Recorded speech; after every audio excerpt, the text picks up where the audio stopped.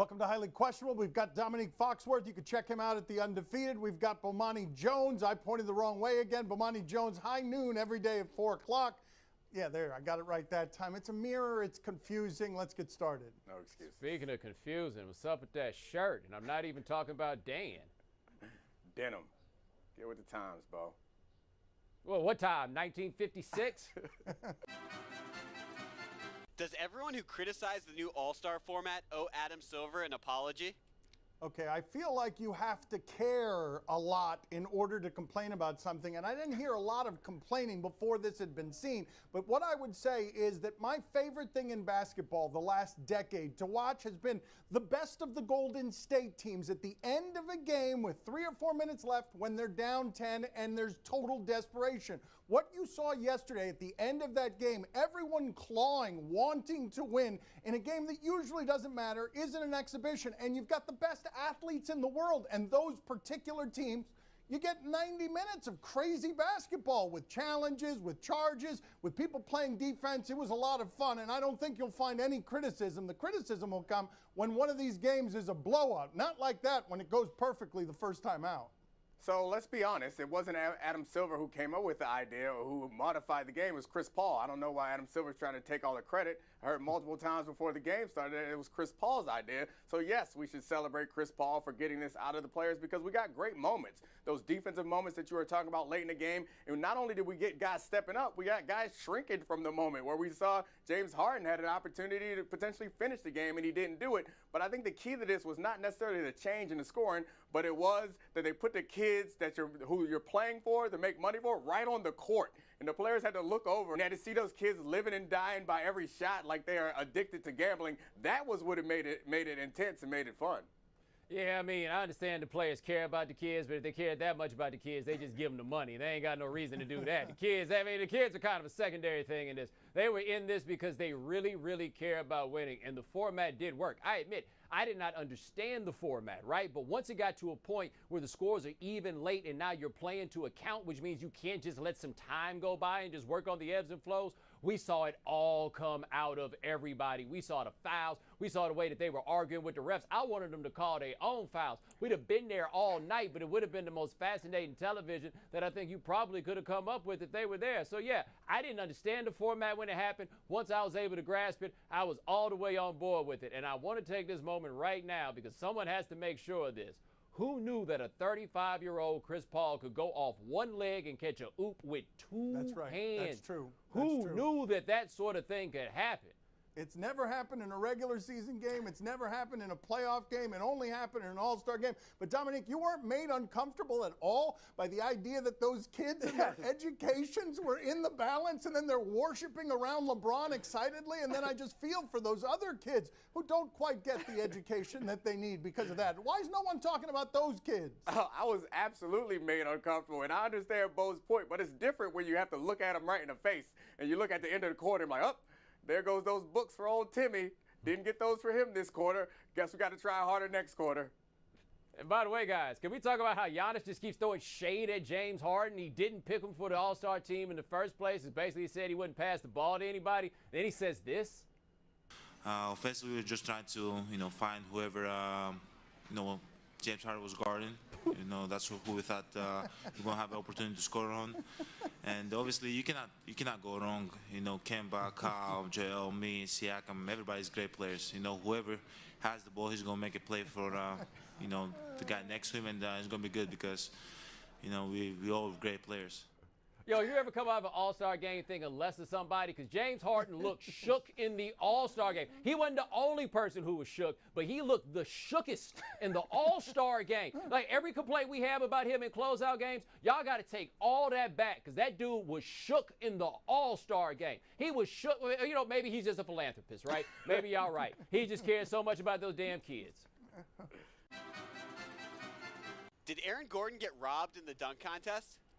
he didn't deserve to lose, but neither did Derek Jones Jr. What I enjoyed the most about this is Ramona Shelburne doing legitimate, important journalism by asking Common what happened, and Common saying we'd all agreed to a tie. We were going to make it a tie, and I don't know what happened after that. But I feel like I do know what happened after that. Dwayne Wade went off script and just decided to help the Miami Heat. You could see the smile on his face in all of the videos, and I love that there was some controversy added to a dunk contest. Guys, we talked for years about this thing feeling kind of dead. They couldn't get any of the great participants, and the two guys at the end of this, they could dunk as well as anybody who's ever dunked a basketball. It was great fun to watch. I understand why he would be upset, but if Derek Jones Jr. had lost, he should be upset too. Correct me if I'm wrong, guys, but on the second to last round, Aaron Gordon missed his first attempt, made the second one, and they still gave him a 50. He should have been glad that he got this far in the first place. And I'm going to be real. My man Ryan Cortez has made this point. He is correct. He got a clip Taco Fall on the way up. Like, once you decide to increase the degree of difficulty, you still got to actually do it. I thought Derek Jones was a superior performer. I ain't worried about Aaron Gordon. And when people are like, damn, Aaron Gordon ain't going to compete no more. You think Aaron Gordon was going to come back and do it again if he had won? That's not how the dunk contest works. Well, I mean, I understand all those criticisms of Aaron Gordon. However, the one single best dunk that we saw in the entire contest was off the side of the backboard. He did some sort of whirling windmill. That was outrageous. That alone was deserving of winning the dunk contest. In an age where we've seen all the dunks before, he did something that we haven't seen before and that I thought was fantastic. So maybe one dunk is not enough to win it, but it was certainly the moment I'll remember. Well, actually, I'll remember Dwayne Wade colluding more than anything else. But other than that, I'll remember that one dunk. Now, I'll remember more than anything else about this dunk contest is Dwayne Wade's dedication to fairness. Now, you're going to be thinking about that last round. No, Dwayne Wade with the ultimate line, it was an 8 about Pat Connaughton because he knew what y'all was doing. He knew exactly what had happened. The white dude showed up in the white man can't jumpsuit and did the whole thing, and now everybody's giving him a 50 just because he rolled up in there. That panel made a decision right here. They were a 5-person campaign against white privilege. It was not happening on their watch. It was an 8. We're not giving you a 10 for wearing a costume, but I do think it's unfair, Bomani. You guys love the dunks, and you've arrived at a point in dunking evolution where you're criticizing a dude for clipping the 7'5" head of Taco Fall. That's where we've arrived. That's right. And I was saying, also, I don't care who wins the dunk contest. This to me is like when people complain about who won the fight after it went to the cards. You got to watch 12 rounds of violence, right? We saw all these dunks. These dunks are incredible. Did you bet on it? Because I didn't bet on it. I don't give a damn who won this. They was going to make it a tie. Don't bring out a 7'5" guy if you can only jump over 7'2". That's all I'm saying. That's all I'm saying. You should have brought out Kareem Abdul-Jabbar. He's not as tall as he used to be. Is baseball right to stop teams from throwing at the Astros before they start? One of the least adult ways to problem solve is found in baseball and has been found in baseball for about 100 years, which is throw baseballs at other people who make you mad. Baseball's never been able to solve this. How amazing would it be if the time that it solves it is to protect the cheaters who weren't punished enough? Listen to the commissioner of baseball, Rob Manfred, saying there are going to be sternly worded memos. I hope that I made it extremely clear to them that retaliation in game by throwing at a batter intentionally will not be tolerated, whether it's Houston or anybody else. It's dangerous and it is not helpful to the current situation.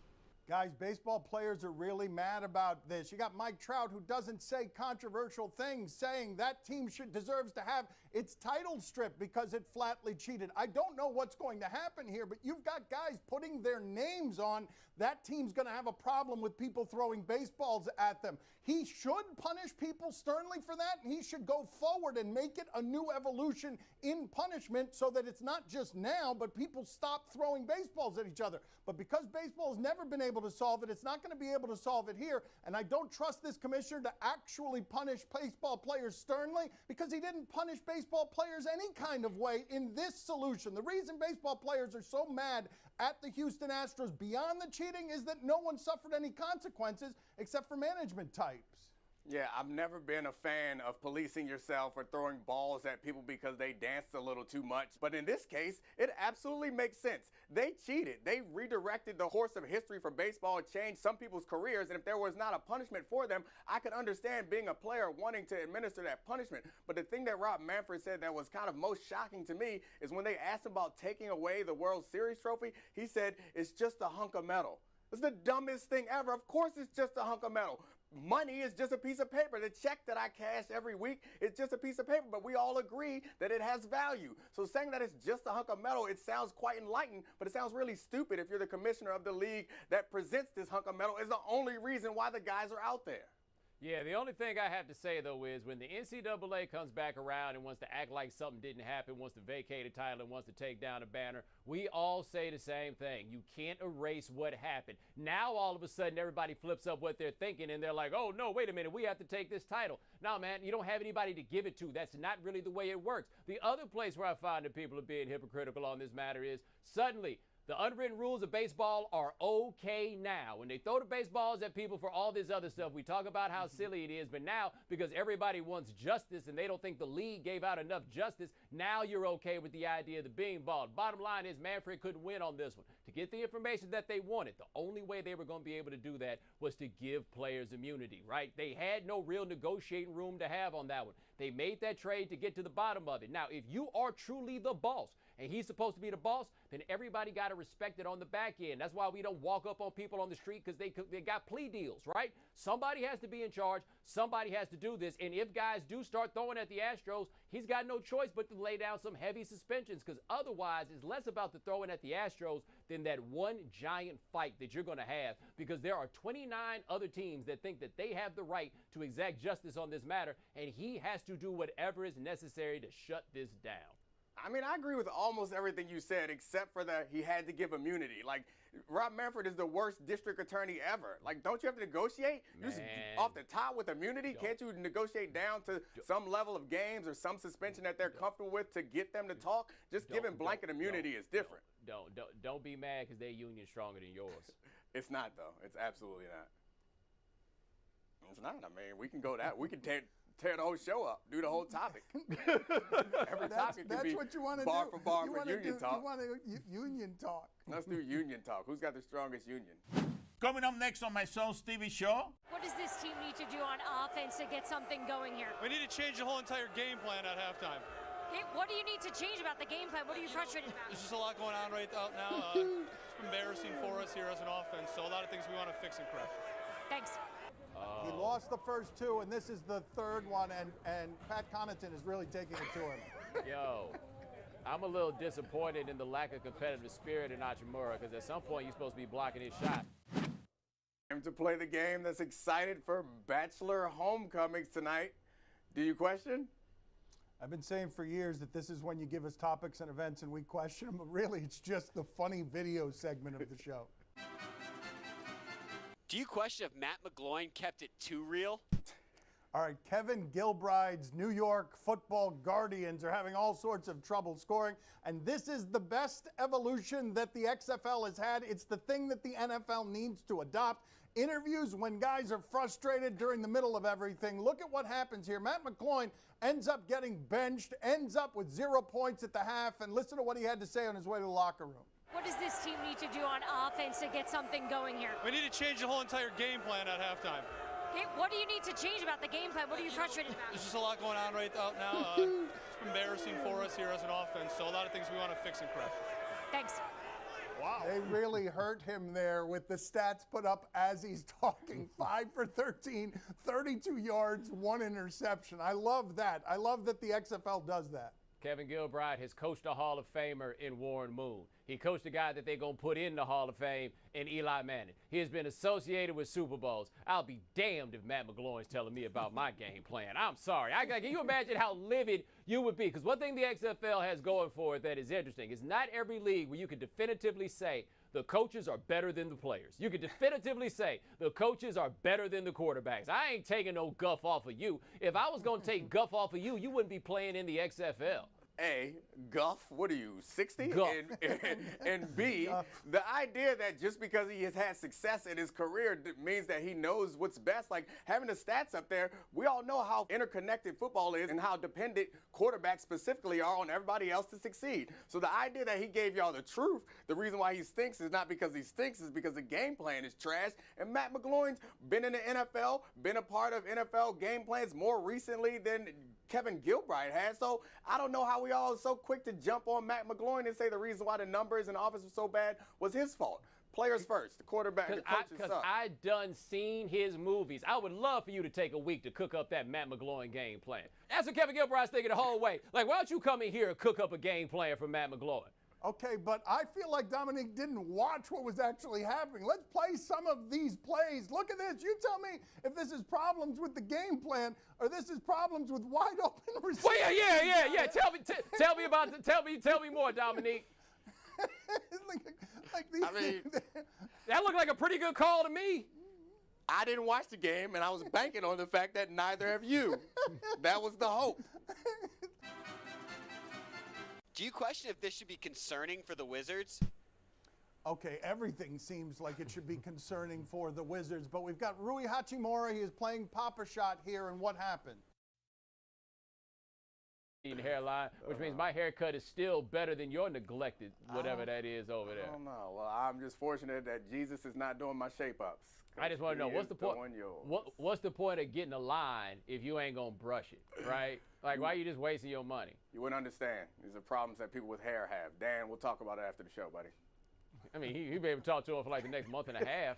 His time running short too. You think I can't see yours? You've been saying my time's running short, though. Yeah. You've been saying it. I for have, 10 because years. yours runs short from the back, so people can't see. Just one day they're gonna look up and you're gonna look like Bundini. How you say it in Spanish? Brown, Bruno. Bundini Brown. Played a game that thinks that Dominique's head is the exact same shape as Dan's is, just upside down. See? No. You give us topics that, no, I screwed it up because of the joke that he made. You Doesn't tell us matter. what's on television. We'll tell you if we're intrigued. I'm surprised at how much that holds up, though. Dominique, turn it all the way over. I can't. I'm not that strong anymore. Thought you was an athlete. Tonight at 6 p.m., Capitals at Golden Knights. All right, can I interest you guys in looking back at a hockey fight here? Ryan Reeves, it takes a minute to get started, but once it gets started, Ross Johnston, and what do we have, Bomani? Are you intrigued? C. That's it. How about you? How about you, Dominique? Absolutely, I'm intrigued. I'm a DC guy, so Ovechkin's going for 700 tonight. I'm intrigued by that, but I'm more intrigued by my dog Reeves holding it down. Your dog. What's his Yeah, first it's my dog. name? What's his first What do you mean, what's his first name? His first name is Ryan. Ryan Reeves. He's my man. I love Ryan Reeves. Of course I would support him. His dad played in the NFL.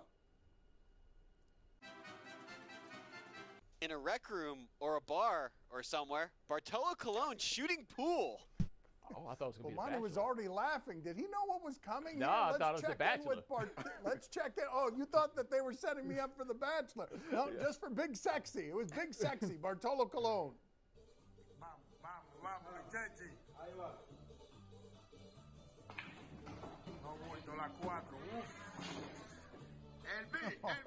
Oh, and a bat flip at the end there. Yeah, nice. How about you, Bomani? Intrigued? I don't even know. Are you intrigued in that video? What are you intrigued in what we just showed you? Why is he in better shape now than when he was a professional athlete? Anybody? How about you, Dominique? Are you intrigued? I am not intrigued at all. Bartolo Colon, I mean, who's to say that he didn't cheat to finish that shot? I mean, he does have a history. Yo, but even when he wow. was cheating, he wasn't in shape. I don't understand anything about him. He was doing? cheating and was still not in shape, but now he looks like he lost 40 pounds. Apparently playing baseball was killing him. He's making less money. Fewer clubhouse buffets. Thanks to Dominique and Bomani. You can find more of Dominique at The Undefeated, more Bomani Jones, high noon, 4 o'clock Eastern, and also The Right Time with Bomani Jones, the podcast. Check it out. You can all enjoy my thyroid condition that makes the lower half of my face. It's a thyroid Oh, are you condition doing that that? makes Are you it- really going to try to it take the fun away? swells Look at up it. my- It's the I know. same. I It's know, the but same. You guys are attacking a disorder to make a fool of me on television.